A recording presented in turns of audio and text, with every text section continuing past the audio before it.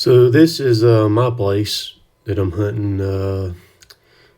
Yeah, it was a morning. That's when it was, and this is going to kind of just be a wildlife report or whatever. It had rained. We've got a good bit of rain off and on, not like a big time amount because normally this creek right here, this ditch beside me right there, would have water in it if we had gotten enough yet, but we still haven't gotten enough. But I seen this flock of turkeys came up the other day when I was sitting there, and I filmed them while they were there. And when it's wet like this, sometimes I like to get down, and once I get down out of the stand hunting, I like to hit the ground and do some walking and just kind of ease along.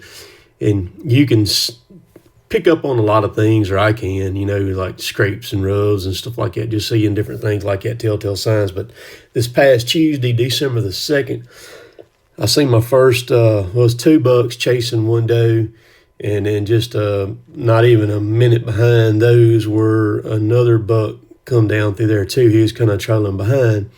So been getting quite a few reports from friends of mine that's seeing a lot of the same activity. So the rut is really starting to kind of begin to come on. Some of the earlier does that'll come in kind of early or coming into heat now.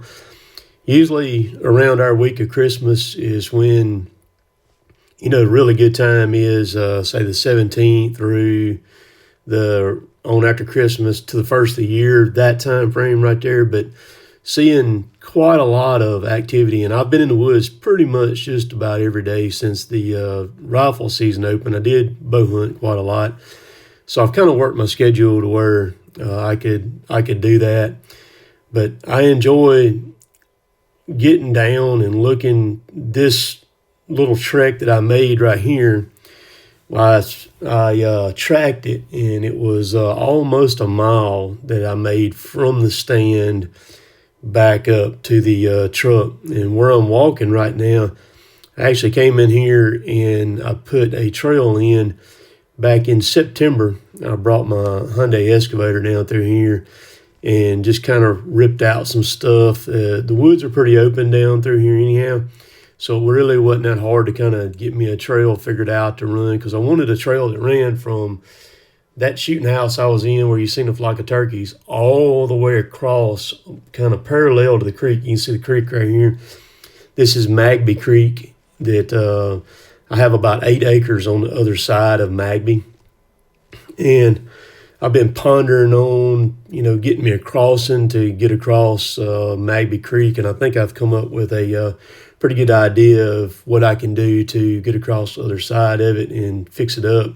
And hopefully I'll put that maybe in place this next year. If it don't work out this next year, I'll gather up the stuff that I need and get it done the following year if I can. So, and not because there's anything, over there or nothing. I'd just like to be able to have access over there. I am going to, one spot over here, I'm going to fix it up to where I've got a clearing on the other side of the creek to where I can set a stand on the side of the creek that I'm on now, and I can see this side, plus I'll be able to see a clearing on the other side of the creek too.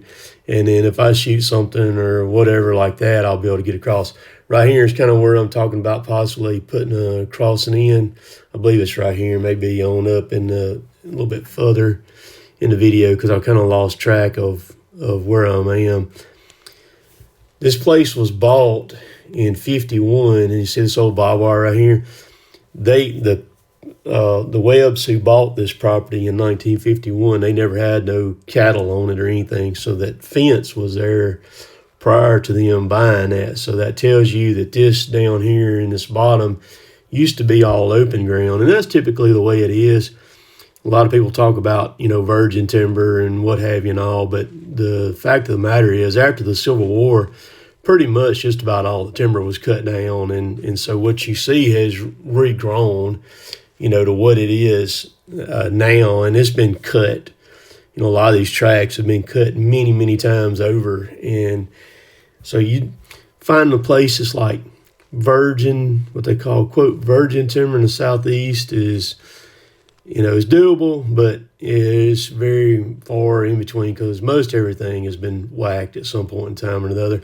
And there's tracts of timber that we have done cut twice now since I fooled with the timber business, since I was in high school and everything, and got some that's just about ready to be cut for the third time. And that's just how quick the rotations are here, and we'll go through them.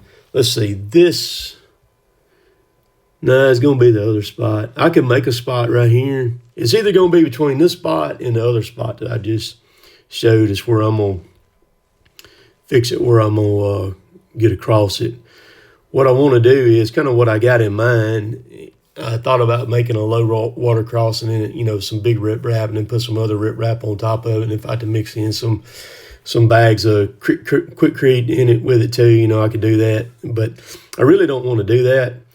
I probably going to try to find me 2 flatbed big truck trailers and get them that I can buy and get them down here, drag them all the way down in here with the excavator, then cut the tandems out from underneath them and set them side by side. I'm not trying to bridge the entire creek. I'm just going to get them up above the water. They'll be, at 45 foot, they'll be plenty wide enough to get them up. They're not going to, go slam across it. I'll still have to taper it down in there.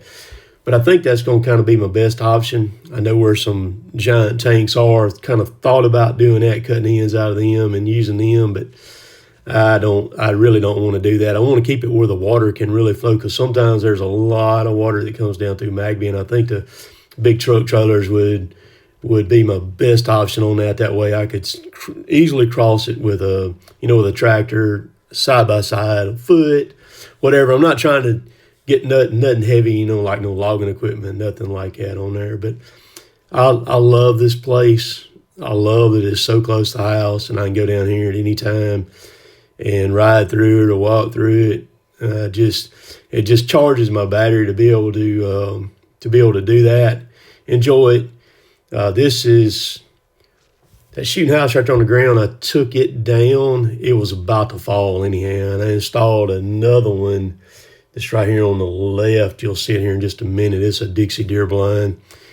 That's it right there. I put it in and got some other shooting houses. I'll show them at a later time, and I'll give my thoughts and stuff on these shooting houses. But still got a lot more work to do, and that's a good thing. Right here, I'm going to fix this. I hate this low water crossing. I'm going to probably put 2 24-inch culverts in right here and then go over the top of them with some dirt, clay, and riprap both sides of them, and that'll fix that up and get that taken care of. Because I want to be able to pull a trailer down through there, and you can't really do it the way it is right now. And then this last clip right here, this is the same day, the afternoon, the sun came out. This is 3 gobblers that came out on the field, and they're kind of easing down the field down there from me. But I was just going to kind of give me a report on what's going on with the deer in your neck of the woods, and, what you're seeing and everything like that. We still got plenty of stuff for them to eat, so they're really not moving really good up till now. When the rut's starting to come in, it's going to make them move. But they don't have to go far for food, because it was so wet during the spring and summer months. Everything greened up. So we'll catch y'all later. Later, taters.